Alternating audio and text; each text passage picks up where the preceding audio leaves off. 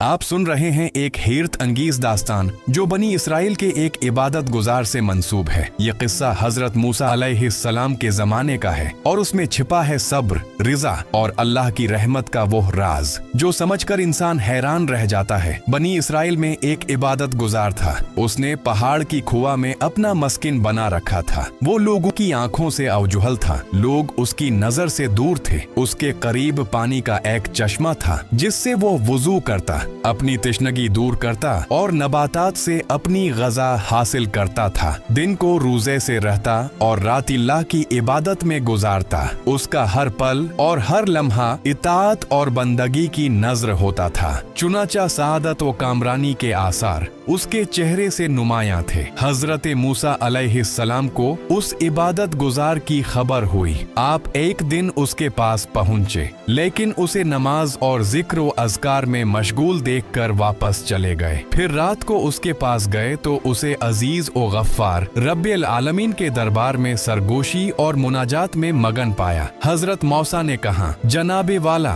अपने आप पर नरमी कीजिए। उसने कहा, ए अल्लाह के नबी, मुझे खदशा है मबादा अचानक गफलत में इंतकाल कर जाऊं और अपने परवरदिगार के हुजूर मुझसे कोई कोताही हो जाए। हजरत मूसा ने कहा, क्या आपकी कोई हाजत है? उसने कहा, आप मेरे लिए परवरदिगार से उसकी रिजा व खुशनुदी की दुआ कर दें और मेरी ये इल्तिजा भी पहुंचा दें कि वो मुझे जिंदगी भर सिर्फ अपनी ही खुशनुदी के कामों में मशगूल रखे, यहाँ तक कि मैं उससे जा मिलूं। हजरत मूसा अलैहिस्सलाम दुआ व मुनाजात में मशगूल हो गए और अपने मौली से लज्जत कलाम में इतने डूब गए कि आबिद की बातें याद ही न रहीं। अल्लाह ताला ने फरमाया, आपसे मेरे इबादत गुजार बंदे ने क्या कहा? मूसा ने अर्ज की, मेरे परवरदिगार तू ही ज्यादा जानता है। उसने तेरी रिजा व खुशनुदी तलब की है और ये दरख्वास्त भी की है कि उसकी जिंदगी तेरी ही याद में गुजरे, यहाँ तक कि वो तेरे दरबार में हाजिर हो जाए। अल्लाह ताला ने फरमाया,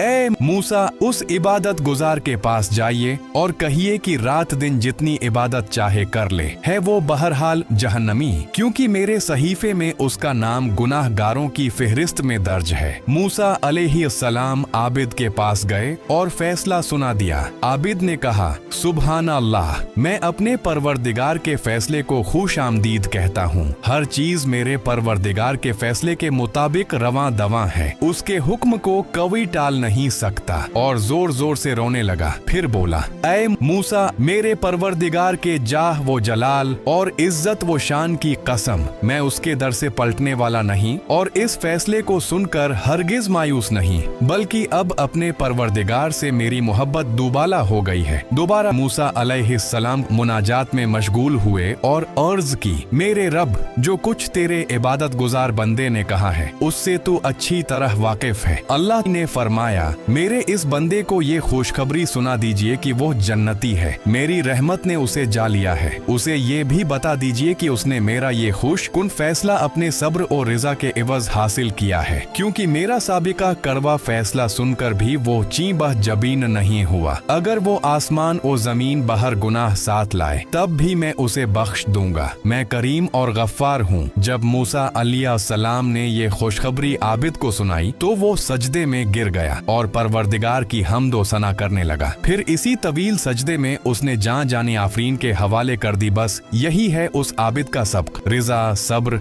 और अल्लाह की रहमत से कभी मायूसी नहीं। अगर आपको ये कहानी पसंद आई हो तो लाइक, शेयर और सब्सक्राइब जरूर करें। अल्लाह हमें सच्ची रिजा और हुब्बे इलाही अता फरमाए।